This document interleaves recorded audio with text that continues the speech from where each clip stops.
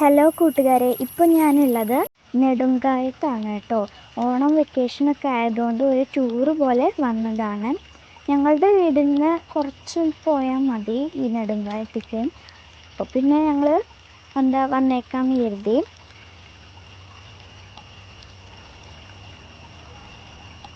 ഈ നെടുങ്കായം വരുമ്പോൾ നമുക്ക് എല്ലാതും കാണാൻ പറ്റുന്നത്, ചുറ്റും കാണാൻ പറ്റുന്നത് പ്രകൃതിയാണ്.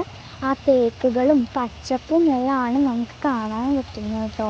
ഒരു 2 കിലോമീറ്റേഴ്സിനോളം നമുക്ക് വാഹനങ്ങൾ കൊണ്ട് പോകാം. 2 കിലോമീറ്റേഴ്സോളം നമുക്ക് വാഹനത്തിൽ തന്നെ പോകാം. നമ്മൾ വന്ന വാഹനത്തിൽ തന്നെ പോവാം. അത് കഴിഞ്ഞ് കുറച്ച് നമ്മൾ നടന്നാണ് പോവുക. പിന്നെ അങ്ങോട്ട് വണ്ടി പോകാനായിട്ടില്ല. ഒരു പാർക്കിംഗ് ഏരിയ ഉണ്ട്, അവിടെ വണ്ടി നിർത്തിയിട്ട് നമ്മൾ പിന്നെ നടന്നാണ് പോകേണ്ടത് കേട്ടോ. ഇത് നമ്മൾ വാഹനം കൊണ്ട് പോകുന്ന വഴിയൊക്കെ ഇങ്ങനെയായിരിക്കും ഉള്ളത്. പച്ചപ്പ്, അപ്പുറത്തും ഇപ്പുറത്തും പച്ചപ്പ് നിറഞ്ഞ സ്ഥലങ്ങളായിരിക്കും കേട്ടോ ഉള്ളത്. കണ്ടോ, ഇവിടെയാണ് വാഹനങ്ങൾ പാർക്ക് ചെയ്യാനുള്ള സ്ഥലമുള്ളത്. വണ്ടികളൊക്കെ ഇവിടെയൊക്കെ കുറേ പാർക്ക് ചെയ്തിട്ടുണ്ട്.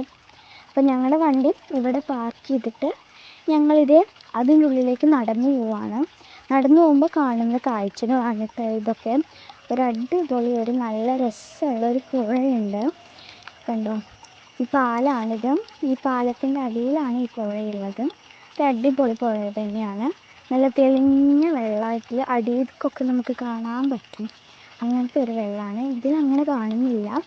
ഫോണിലാവുമ്പോൾ വീഡിയോ എടുക്കുമ്പോൾ അങ്ങനെ കാണുന്നില്ല. എന്നാൽ നേരിട്ട് കാണുമ്പോൾ അടിയിലൊക്കെ കല്ലുകളൊക്കെ തെളിഞ്ഞ് കാണാൻ പറ്റുന്നുണ്ട്. പിന്നെ കുറേ സംഭവങ്ങളൊക്കെ എഴുതിയൊക്കെ വെച്ചിട്ടുണ്ട്. പിന്നെ ഇതാണ് ഉള്ളിലേക്ക് കയറിയാലുള്ള സ്ഥിതി കേട്ടോ. ഇവിടെയും നല്ല പച്ചപ്പാണ്.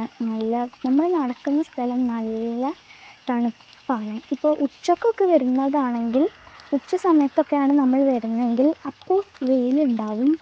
അപ്പോൾ ഇത്തിരി ചൂടൊക്കെ ആയിരിക്കും. എന്നാൽ ഇവിടേക്ക് വരാൻ രാവിലെയോ അല്ലെങ്കിൽ വൈകുന്നേരമോ ആ സമയത്താണ് ഈ നെടുങ്കായത്തൊക്കെ വരാൻ നല്ല സ്യൂട്ടബിൾ ആയിട്ടുള്ളൊരു ടൈം എന്ന് പറയുന്നത്. കാരണം ഈ രാവിലെയും വൈകുന്നേരം ആണെങ്കിൽ നല്ല തണുപ്പുണ്ടാവും കേട്ടോ ഇവിടെ. പിന്നെ ഇതാണ് അവിടുത്തെ ട്രൈബൽ സ്കൂളും. നമ്മളൊക്കെ കുറേ റീൽസിലൊക്കെ കണ്ടിട്ടുണ്ട് കേട്ടോ ഞാൻ. ഒരു ട്രെയിൻ പോലത്തെ ഒരു സ്കൂള്. പിന്നെ ഇതെന്താണെന്ന് നിങ്ങൾക്കറിയോ? ഇത് അവിടുത്തെ ഇങ്ങനെ മതിൽ പോലെ കെട്ടിയിരിക്കുകയായിരുന്നു. ഇപ്പം അതൊക്കെ പൊളിഞ്ഞ് ചാടി. മതിലല്ല, ഒരു വേലി പോലെ കെട്ടിയിരിക്കുകയായിരുന്നു പെൻസിൽസിനെ കൊണ്ട് കേട്ടോ. പെൻസിൽസ് കൊണ്ട് ഇങ്ങനെ ഒരു വേലി പോലെ കെട്ടിയിരിക്കുകയായിരുന്നു. ഇത് എന്ന് പറയുന്നത് അവിടുത്തെ ആനകളൊക്കെ ഇപ്പം അവിടെ ഒരു കാടാണല്ലോ, അപ്പോൾ അത് ശരിക്കത്തെ കാടായതുകൊണ്ട് തന്നെ ആനകളൊക്കെ ഉണ്ടാവും. അപ്പോൾ ആനപ്പന്തിയാണത്. ആനകൾ വരുമ്പോൾ ആനകളെ പിടിച്ചിടാനുള്ള സ്ഥലമാണ് ഇതെന്ന് പറയുമ്പോൾ. അവിടുത്തെ രാജാവല്ല, ആ കാട്ടിലത്തെ എൻജിനീയർ മരിച്ചതിൻ്റെ ശവക്കല്ലറയാണ് ഇത്. ഞങ്ങളപ്പോൾ ഇതും കൂടി കണ്ടുകൊണ്ട് അവിടുന്ന് തിരിച്ചു പോകും.